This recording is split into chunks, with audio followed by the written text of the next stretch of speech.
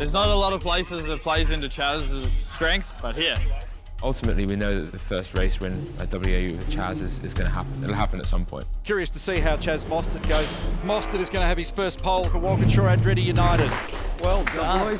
Hopefully we can get off the line and have a good crack. We're sick of being risk-averse and mid-pack. What we won't do is sit in the middle and be nothing. Good job, boys. We got to and we deserve to pull more of that stuff out. Focus, focus, focus. Bryce Fullwood gets a podium as a rookie, and they are loving it at Walkinshaw Andretti United. I reckon you go away for a long time and it can either break you or make you. I had zero worries about the next two events until I just went into that meeting. Yes.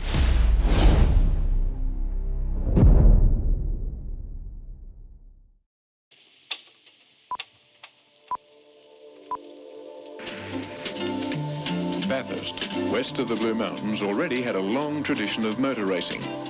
The city's Mount Panorama Circuit, a 3.8-mile scenic loop road, had been used before the war, in the days when the surface was unsealed.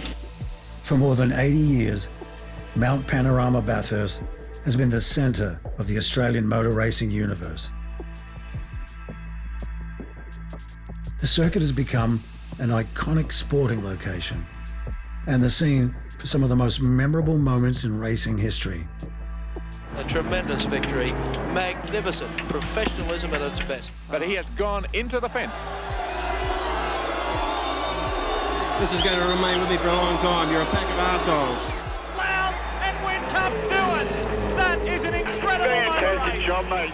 Opened on St. Patrick's Day in 1938 by the Mayor of Bathurst, Mark Griffin, the Mountain has played host to every imaginable category of bikes and cars, including playing home to the Australian Grand Prix on 4 occasions. Sunday, October 6, 1963, represents a marker when the great race, as we now know it, was born. The public fell in love with the race. Originally known as the Armstrong 500 for production showroom cars and the Battle of the Brands. Car manufacturers put your future car to the test in the 500. As the miles flash by, skill and power decide the winners. Monaro, Datsun, Alfa Romeo, Toyota, Falcon. In 1972, the era of solo drivers ended. The following year, the race length extended to 1,000 kilometres. The field goes towards the start, and here's Hart. Ruffy made a bad start, and is backing Bob Jane on the outside after Collarbone. The stature of the event has grown with every passing decade, and true legends born. Ford versus GM, Brock versus Moffat, drivers versus the Mountain. Those that have conquered the Mountain join a small elite group whose exploits echo around the world. This might be the biggest lap ever at Mount Panorama, and the Gauntlet comes to the line. Yes! A 2-minute 3.8. That was the most incredible moment of my life. Look at this! This is a battle for Australia's biggest race. This is off the scale, and Chaz Mostert is going to make a very special name in history here. Extraordinary motor race. Something you have never seen before.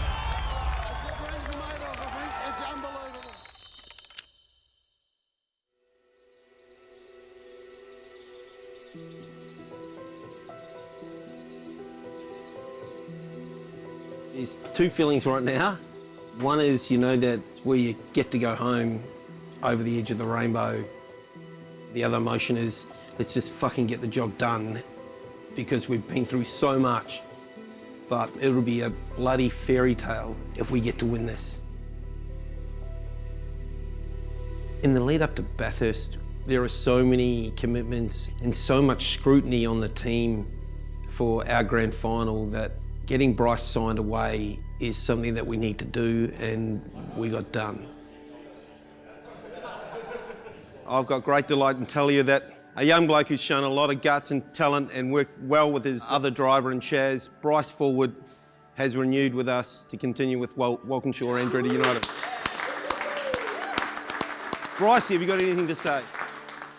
been a big roller coaster ride, you know, for me and for our team. But you know, we've had some ups and downs, and you know, some really good speed and some really good results, which is, you know, certainly exceeded my expectations of this year. So keen to work in the off season and get into it bigger and better for next year.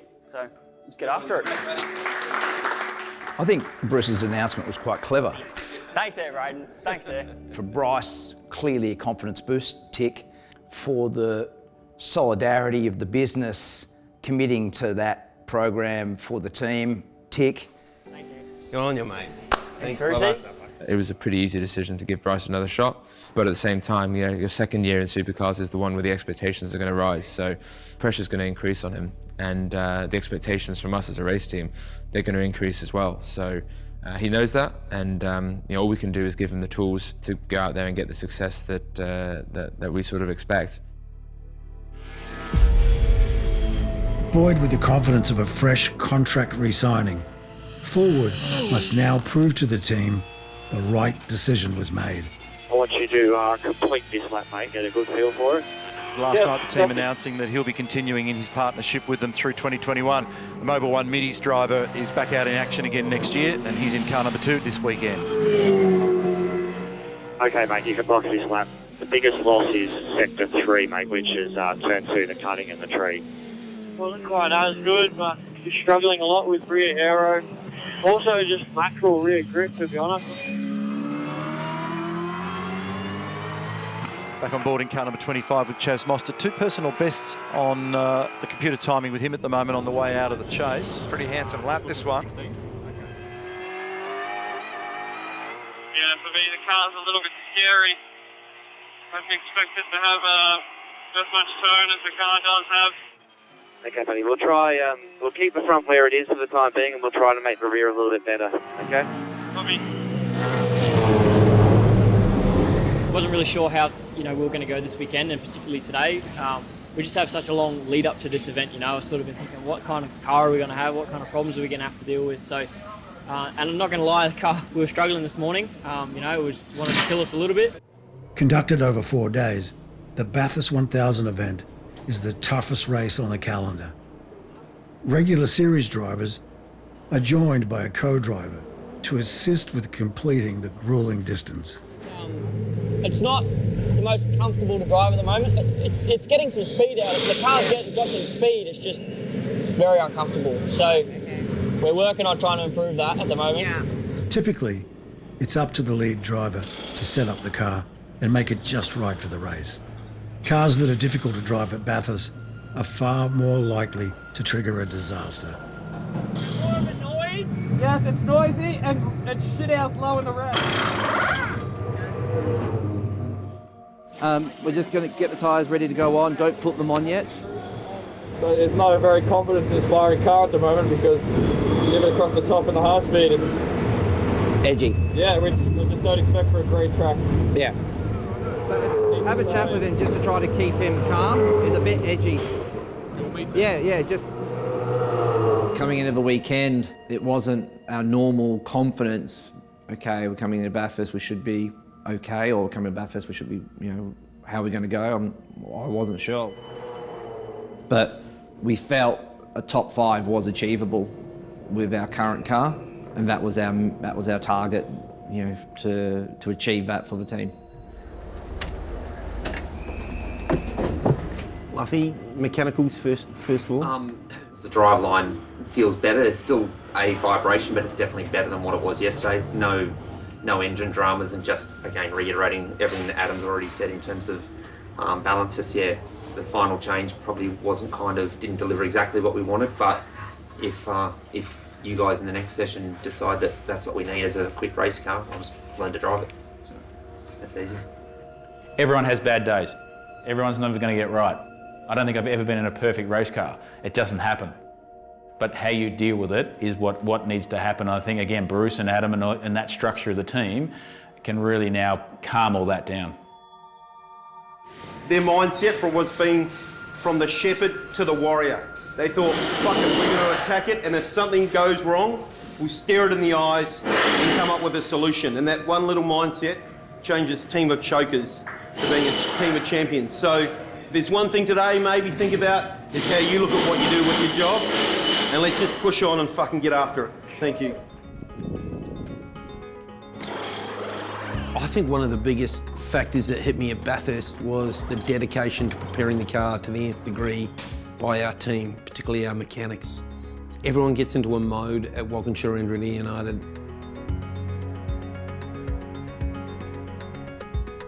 Everyone gets into a mode of committing themselves to getting the best out of the biggest event in Australian motorsport. And that's something that's in our DNA.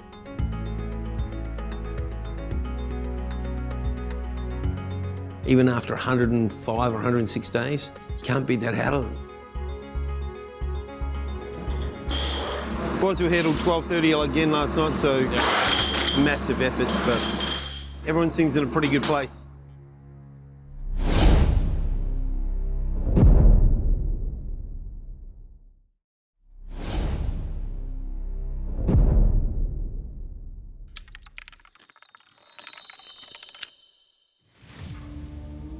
The last time the Walkinshaw family tasted victory at the mountain came in 2011 with their Holden Racing team. If you wanted one lap for your life and to defend the position and not let someone through, GT's that man. And I think it's personified by 2011 with the last lap with Lowndesy all over him. But Tander's not going to let him go. He's going to fight it all the way to the finish. And he is going to fight hard. This will not be easy for Craig Lowndes, trust me. He's going to have to hope that Tander makes a mistake, and Garth Tander does not make many of those. You kind of have to back Garth in because you just know that there's no way that Lowndesy can lunge into Murray's corner and that Garth won't take him out with him. Lowndes looks left, he looks right. Everywhere he looks, Tander shuts the door. This is the last lap of the race.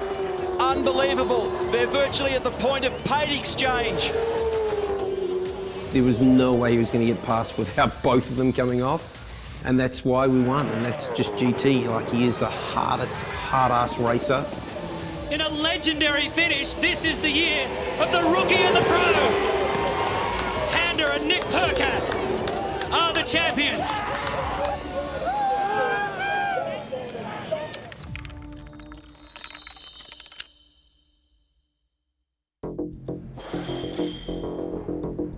Okay, gents, just on 30 seconds now. Start them up, please.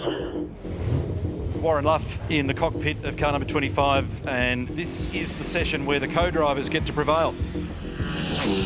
It's probably the first time in history that we really haven't had proper lead-ups for the co-drivers, and normally by the time you come out of a Sandown or whatever the precursor event is, you've had enough seat time to get a reasonable feel for the car and also get an understanding as to who you're with, what they like, you know, all the secret ingredients in terms of where the success may lie if you really have a proper linkage and level of connectivity with the lead driver. So not only did it give you a turn, but actually gave you rear grip as well.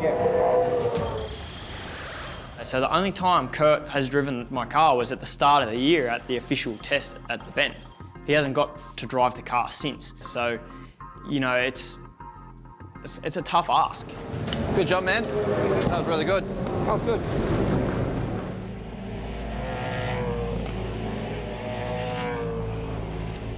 This weekend, Bryce has shown a lot of speed at Bathurst. In practice, we were really fast, and heading into qualifying, we were quite confident we'd be able to qualify in the top 10 and make it into the top 10 shootout. So you are currently P3, but the fastest time is a 4.5. There are a few other guys on quicker laps at the moment. Copy. Bryce Fullwood has been mighty impressive this weekend, and he's just reconfirmed that once more with a 2-minute 5.1. I knew we had speed for 6th or 7th. If I put the perfect lap in, which, you know, that's a pretty long lap and it's a difficult thing to do, I knew that we had enough to be in the 10. Oh my God. We've got rain at the top of Mount Panorama. That's going to put an end to it. It's game over. Being in a shootout is one thing, but being in a shootout at Bathurst, it's a completely different achievement. But missing out and not getting that last run, whilst, you know, I feel like I've done a pretty good job this year, I really want to be in that shootout. What's this lap look like? We'll get an understanding of the first reference in just a moment when he gets to that timing intermediate on the climb to Reed Park. The time that he's chasing is a 50.9, and he's actually bettered it. He's gone a 10th faster than Nick Percat to this point. Yeah. He was a little nervous when I spoke to him earlier on. Is there enough grip available up there? That was crossed up like a speedway car. He pressed on with it. That's how you do it. Teetering on the grip edge as he pitches it into the apex, grabs the throttle early and runs it right up against the wall. A little bit of loss there. That's all right. This is going to be a big lap. He did a 2-minute 4.4936 to get in. Chances are he might even do better than that right now. And he does a 2-minute 4 flat. That is a mega lap from Chaz. Good job, boy. Good lap, buddy, good lap. You gave it all. That's all we could ever ask for you, mate. Mega lap. Good job. Thanks, mate. Thank you. Chaz hasn't won a race yet, but there's a feeling that we're in this one. And what a fairy tale that will be if he can win the great race.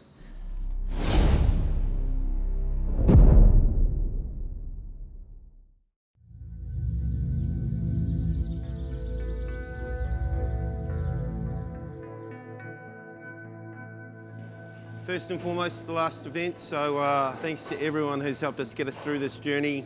11,864 Ks we've done, 105 days and 16 of us, so let's just do this last day right. Biggest challenge coming into Bathurst, after being on the road for so long, is everyone was excited to go home. As much as Bathurst is such an important event to win, they knew that once we got it done, we could see our families. Huzzah! How are you, mate? Are you ready for it? 100%, watching every hour. Good on you, dude. Is that Maxie? What's up, son? You looking after Mum? Yes. Love ya. It's very hard to be away from the kids for that amount of time. Speak to them on the phone every day. There's quite often tears, when are you going to come home, Dad? But just have to keep reassuring them that we'll be home soon. How many more races to go? One. One to go. And it's one of those weird little things when you think about how shit it was that the guys had to go and do what they did and go on the road for such a long period of time. But it probably was maybe a net benefit for us because it brought everyone together really, really close. It created a really tight unit. And that's something that would have been very hard to have done without that kind of forced environment where you stick everyone together and they've just got to live together for a long period of time. It can also dismantle the fact that we had a really good group of people anyway. When you put them into that kind of environment, it really, really worked well to sort of bind them all together and create that real family feeling. This is the 60th running of the great race. Live images, everybody. Good morning and welcome to Mount Panorama for what is going to be another spectacular day of supercar activity. Yeah, the fucking kid. Good on you, mate. What a fucking find you've been. You're not bad either. Tomo, you're being awesome, dude. Good luck.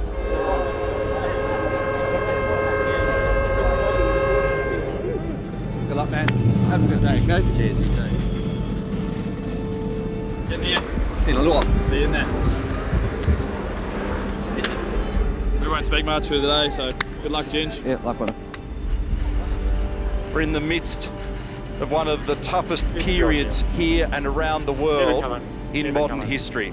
But today, we briefly push aside those troubles to celebrate commercial prowess, engineering art, teamwork, courage and supreme skill. To succeed at Bathurst, the desire to win must be greater than the fear of losing. Green flag, green flag. This is the 2020 Supercheap Auto Bathurst 1000. Cold brakes, cold tyres, cold cars. Let's work the brakes nice and warm, hard for me. Get those rear brakes nice and warm. Copy. Nice clean start for the first half of the lap. They'll slowly begin to bring temperature up in brakes. They'll bring the tempered pressures up in those tyres and the cars will begin to feel more secure. It is a long way around, but use as much of it as you can to get temp into the brakes first and then the tyres. Copy.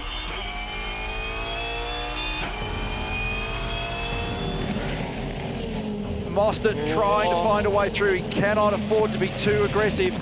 Well, getting into the race, the first key moment I remember is Brodie's dicing with Chaz and completely pissing us off. How can he block you so much? I know, buddy, I know. Just nice and calm, just keep the pressure on him. Because he's blocking and he's hassling, but in hindsight, you're like, I kind of respect that because he doesn't give a shit. He's pressuring everyone. Key here is for Mostert to get a very clean exit, which he did. He hit his mark on the apex. Get him there, come on. Good pressure, buddy, but take a breath, take a breath. Long way to go on this one. Good pressure, long way to go. Come on, Chaz, get in there. Moves it to the inside, but this is also makes that radius of the corner really tight and difficult to deal with. And they're side by side through the chase, and this could end very poorly. He gets away with it. He's gone off, Brody Kostecki. So under pressure, he's made a mistake. He's got to make a very cautious rejoin. He gets away with it. Okay, buddy, fastest car on track, catching the group in front, pulling away from the group behind. Obviously, long way to go, so no risk. Copy, mate, copy.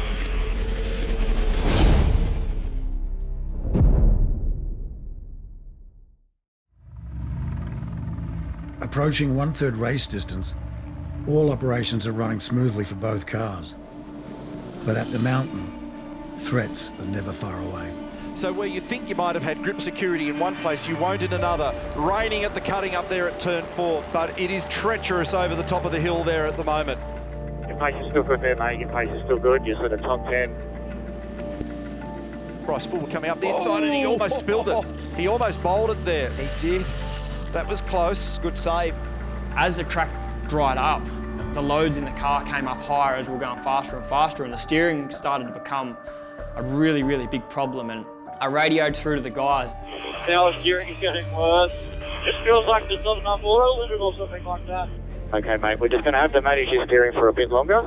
We'll try to fix it at the next stop. We've got to get you to the next window, mate. I got to a point where I couldn't drive it anymore. It was just, the assist was just too sporadic. Hit this lap, mate. Hit this lap. All right, loosen your belts, in the box, mate. Radio out. Fullwood's in. Okay. We right? What's happened? Just having a bit of a look under the bonnet here of this thing as well. Why is the question? What's going on, yeah.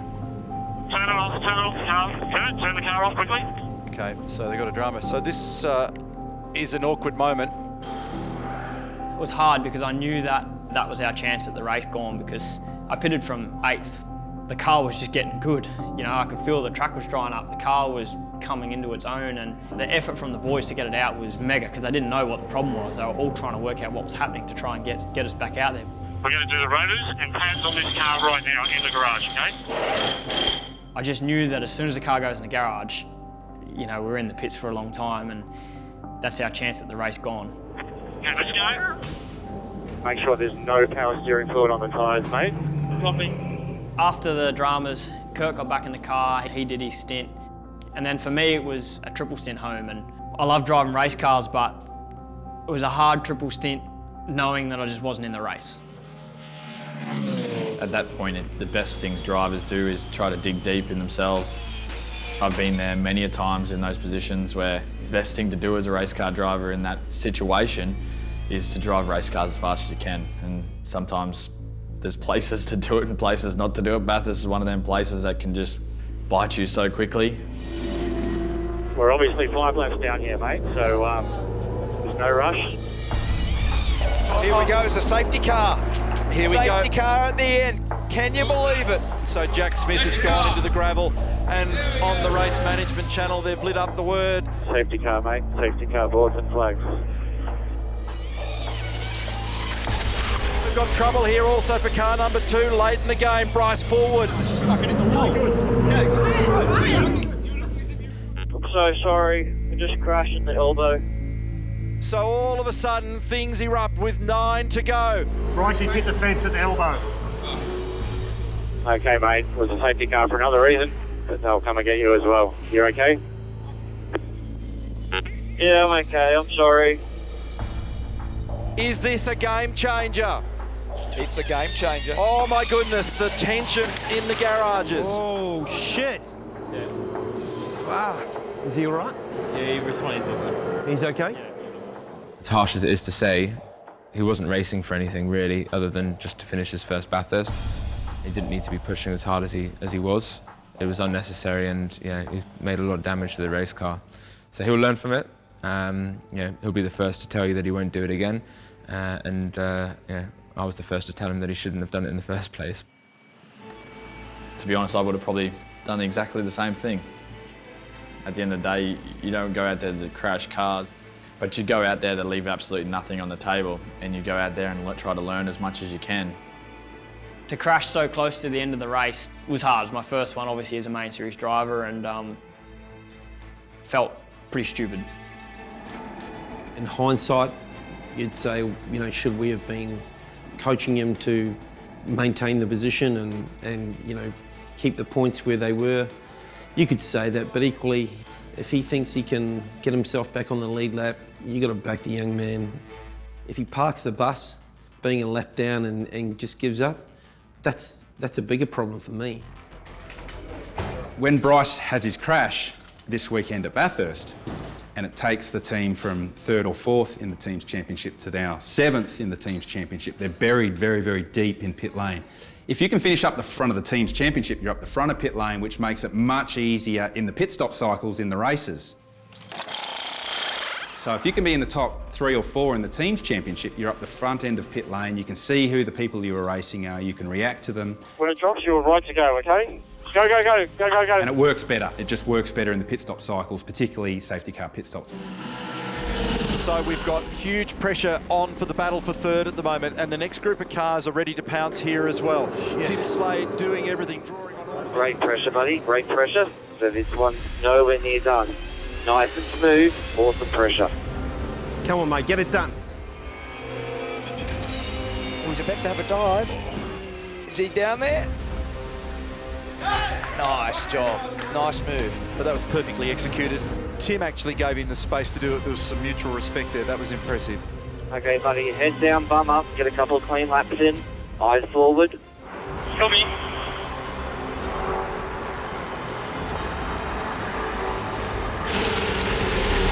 Oh, more trouble now. Will there be another safety car? Okay, buddy, expecting a safety car, expecting a safety car. Keep pushing. Car off at the gravel at the chase. And the safety car has been deployed. 5 laps remaining. That's a crazy man. Safety car boards and flags, safety car boards and flags. Keep pushing till you're in the queue.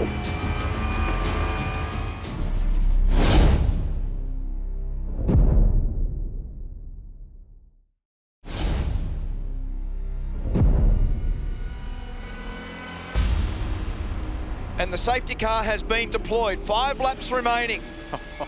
That's a crazy man. The safety car tightened the margins across the field. For Chaz, this is the perfect opportunity to punch on from 3rd position. But are there enough laps remaining to get the ultimate job done? Lights out on the safety car, lights out on the safety car. Restart this lap, no more accelerating, braking or weaving. Green flag. Mostert right with Waters as they make their run up the hill. That was a far better restart for Mostert this time. When you watch it, we were waiting for something to happen between Cam and Shane. We just didn't quite have the pace to take them, but equally I don't think we were threatened by the DJR cars behind us either. It's Van Gisbergen over Waters and then Mostert. Pressure motor racing, nothing in it, and everything to play for. Last lap, buddy, last lap. We found ourselves in some really heavy battles there trying for that podium. The race could have went any way at any point, and that 3rd spot on the podium could have changed. He makes the run down to the final corner, and Shane Van Gisbergen is about to put his foot on the brake for the very last time. Shane Van Gisbergen takes victory at Mount Panorama. Yeah, boys, yeah, boys. Well done, everyone. Great try. 3rd place, and importantly, another podium for WAU. After an unprecedented traumatic year, they'll take that. Hey, mate, fucking great job today. Well done. Just remember, you've got to turn off after turn 1 and make sure you hit Cam somewhere because it wouldn't be Bathurst if we didn't. I think in the finish line, when you're slapping everyone on the back, there's almost a sense of achievement of we got a great 3rd, but equally we've also survived something that we'll never forget. Oh, good on ya. Thank you. So fucking impressed with our lads. just did a great job. It's a team effort, team sport, and we'll be back stronger next year. And yeah, might have a beer. I might do that. Yes, I will. On the end there goes, run into Cam, you've hit him every other fucking year. I'm like, I'm too fucked to go and hit him. I'd probably hit us, EJ, we won't get him. For us, looking back at that race, it was a tough race. I remember getting to the podium at the end, and I think every driver standing on that podium was knackered. Hey man, fucking awesome job, man, congrats. It was just such a physically, mentally fast-paced sprint race for 1,000 Ks. And in third place for the Mobile One Appliances online racing team, it's Chaz Mostert and Warren Love. It's frustrating though because everyone's always like, oh, you should be happy you got third at Bathurst, but it's actually fucking irritating because we keep getting third and second at Bathurst. I think it's the 4th year in a row that we've had a podium at Bathurst. It's starting to grate, so I really hope we win next year because, yeah, podiums are getting a bit bored of podiums. Have a beer tonight, guys. Good job. See ya, mate. Signing off, 2020. For me, to get to the end of the season that we have had, you know, the team on the road for a long time, to reward them with a Bathurst podium, to say thank you for all the hard work they've put in and the sacrifice they had, I honestly looked at it as a massive reward. Everyone was pretty tuckered out by that point. Everyone emotionally drained, ready to go home to their families. But what better way to send them back?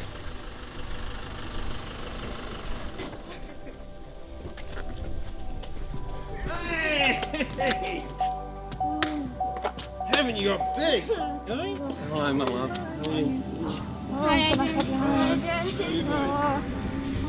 Good, how are you?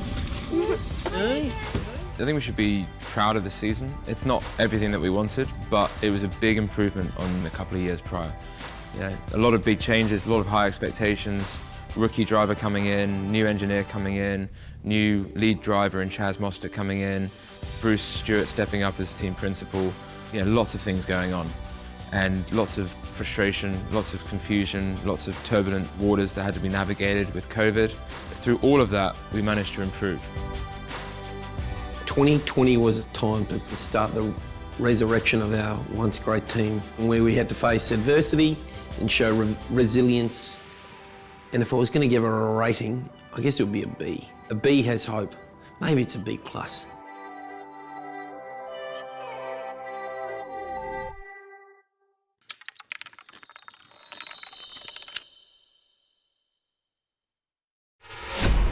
Welcome back. We're south of Launceston in Tasmania at Symonds Plains Raceway. So pleased to be back here after missing out in 2020 with all the COVID disruptions. This is Arbour All qualifying for race number 6.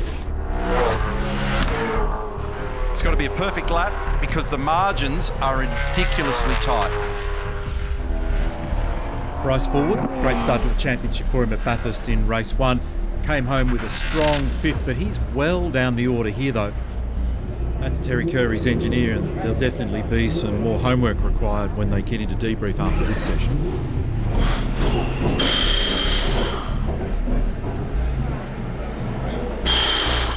That's fucking shit, 22, like fuck me. Yeah.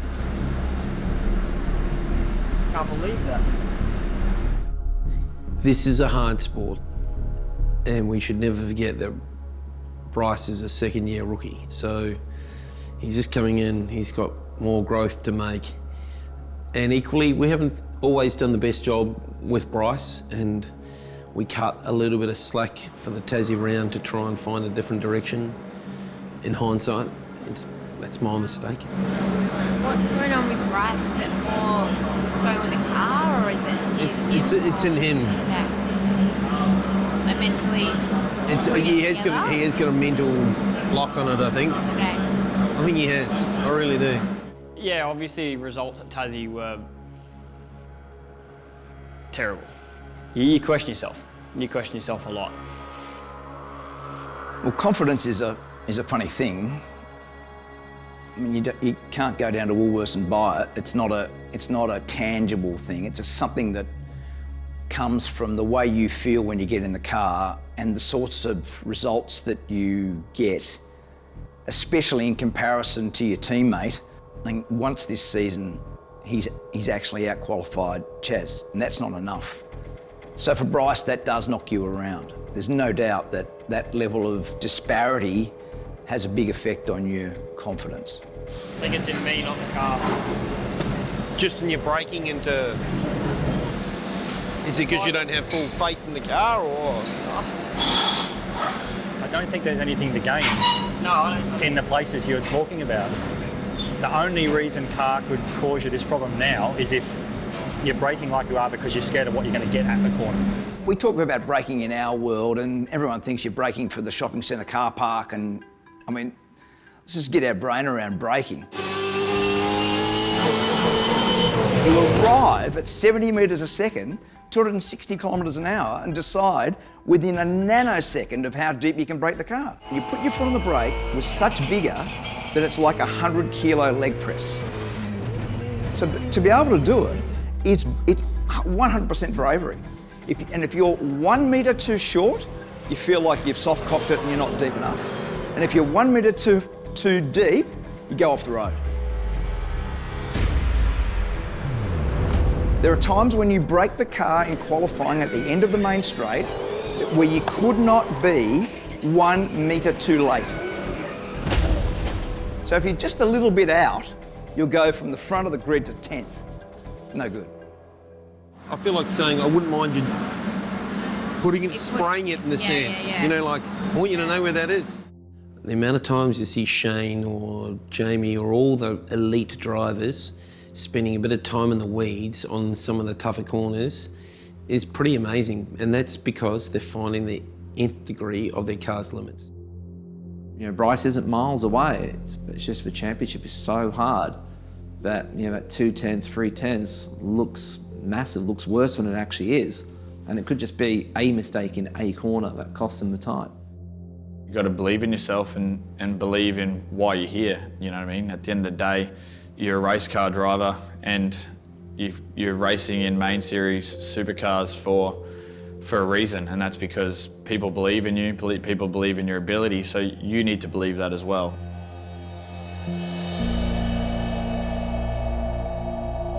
You could make a pretty strong argument to keep him, but for a team of that ilk, the team with that level of historic success, you probably do need to strive to have 2 number 1 drivers in the place.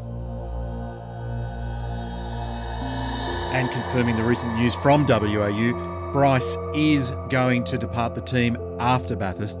It's such a shame. And I know the team was really torn on this question, but in the end, they had to make a tough decision.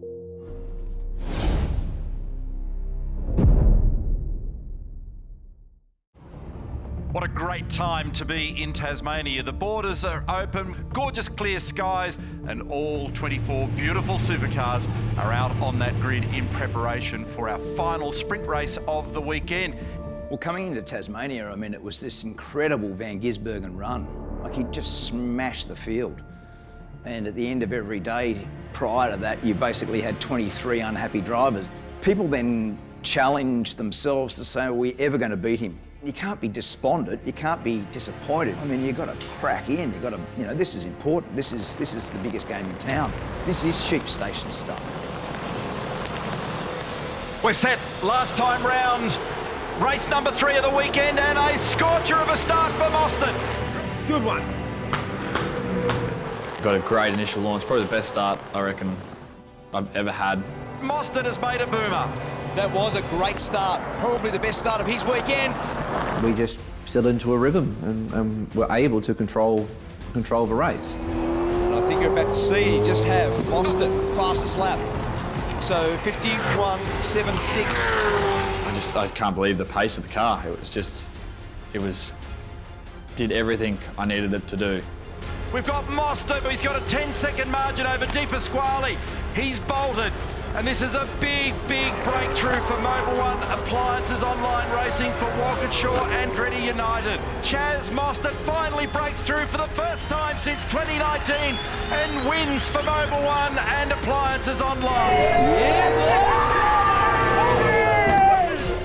And there is the victorious team. Just like, thank fuck, we did it. You know, we got that done. You know, like, monkey off the back. Request to do a burnout, mate. Request to do a burnout. Great fucking job. Come on. What's that? Can you do a burnout? Yeah. How's Mostert's margin? 10.2 seconds to the next car. Walkinshaw Andretti United get the score that they've been looking for. Stunning job.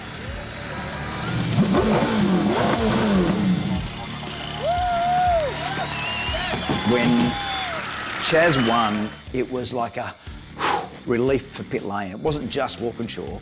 It was a relief to say, hey, there's a team out there that's able to knock those guys off. And that bodes well for 2021 when you get a result like that. Wake up! Yeah, wake up, Ryan! Ryan!